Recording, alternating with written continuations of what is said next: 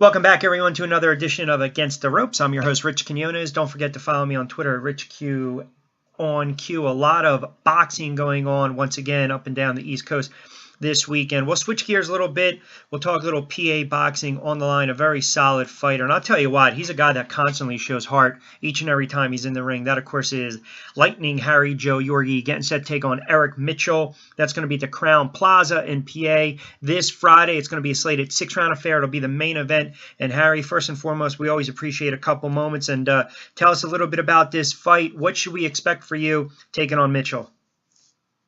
We were looking for a fight, a local fight, and they kept giving me a bunch of different names, and guys were pulling out, and guys didn't have really good records, so it wasn't beneficial for me to take those fights. Then Eric Mitchell came.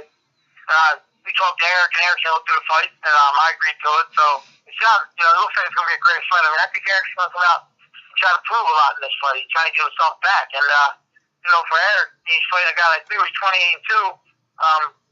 He's going to come out. I think he's just doing everything he has at me, and it's going to bring the best talent that I have out as well, because I'm going to have to make my adjustments and take control of the fight. No, I think it's a good matchup. Again, on paper, as you alluded to, 27-2 for yourself with 12 knockouts. And you look at a guy like Mitchell, who's 23-11. He's got 11 knockouts. So both you guys going in possess knockout power. And I really think, when you look at the middleweight division, when you look at yourself and you look at some of the fighters up and down the East Coast, I go back to a couple of the fights where you had the tough loss against Jamel Charlo, but then you came back against a very good veteran, rugged fighter in Kennedy. You got the win. Then you go on and win the vacant WBF North American middleweight title. That's a fight that I called ringside, you and Kennedy, where you were able to just consistently get him against the ropes and really wear him down. So I think your last couple of fights, without a doubt, you've certainly been tested. With that being said, what did you take away from those last couple of fights? I looked at that fight with Kennedy. I knew Kennedy was a tough guy, and Kennedy, he's relentless. That's funny because that's a good thing, but fights like that, you have to show your experience. You have to show that there's ways you take over a fight, whether it be putting pressure on a guy, sticking a jab in his face, moving him around, finding open holes. And that's what I did in that fight. I showed that I'm an experienced fighter and that I'm a talented fighter. And, styles make fights. And I expect Eric to come out swinging until I take control of the fight. You're never going to fight one guy the way you fought another guy. So we'll see what happens. I know Eric personally. I've never sparred with Eric, but I've seen him fight many times. The guy's been in the ring with everybody. And, I think he has 2 guys with a losing record in the first couple fights. So, if you're not ready for someone like Eric Mitchell, you can't sleep on a guy like this because he'll come in and run you out of the ring. No, it's a great point. Again, a couple minutes with Harry Joe Yorgey. Rich Quinones here. This is Against the Ropes. And, of course, Harry taking on Eric Mitchell, Crown Plaza in Pennsylvania, slated for 6 rounds this weekend. Pretty good, solid local card. All right, so going forward, a lot of people look at you and they say, you know what, he's a solid fighter. He's not a club fighter. He's better than a club fighter because he's fought on some major cards before for some titles, some regional belts, and some big-time belts as well. So I guess the question is, where do you see yourself going forward here? Because no one ever disputed the talent, and the record speaks for itself, and the knockout power is there, and you're a grinder, and you're a crowd favorite and a local favorite in Bridgeport, PA. But a lot of people are wondering, hey, you know what? Is Harry Joe this year, is he ready to kind of take that next step or get back to where he was even several years ago?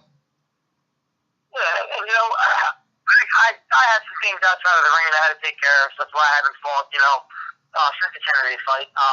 First thing, my family's the most important thing for me. And, you get a lot of guys who look at that. When you're on fire in the ring, boxing is a sport. It's different than, football, basketball, and baseball. You have the Philadelphia Eagles and the Phillies and that. But in boxing, you have Harry Yorgey, or you have Eric Mitchell, or you have, Floyd Mayweather. It's just you. And when you're on top, everything's great. Everybody loves you. Everybody's telling you, you're telling people you're going to be this, you're going to be that. When you lose a fight, you face a little adversity. It's those guys that they're strong and hungry and mentally strong, who bounce back. And that's what I did every time. I had 2 losses. 2 losses to 2 good fighters. Anybody who wins them fights, it's like a Super Bowl. You lose a fight to somebody you shouldn't lose to, that's a problem. I fought for the interim world title. I'm sitting there probably ranked number 3 in the world.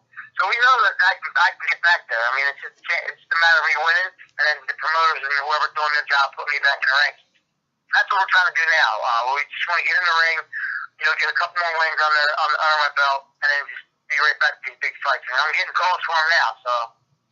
And it could be, again, a good opportunity for you on Saturday. Get a little more momentum. You mentioned the 2 losses. I mean, listen, there's nothing to hang your hat on when you lose to Alfredo Angulo and Jamil Charlo, respectively, guys that have just great track records as well. Last one for you, and again, we always appreciate a couple of moments. Everyone knows that you're really involved in the community. You make a point after some of the fights to have the kids come up in the ring, take pictures and autograph. Anything like that? Should we expect anything like that after the fight this weekend at the Crown Plaza? I mean, absolutely. I'm always doing something for the children. I have my own charity that I raise money for kids in need, and we usually auction off those big gloves I fight in. I'll sign them, something, and we find a family or a kid in need to give it to. So I believe in pro athletes giving back to the kids all the time, and that's something that I always do. These kids, and even the adults are behind me as my fans. I feel I owe it to them to do whatever I can do to help.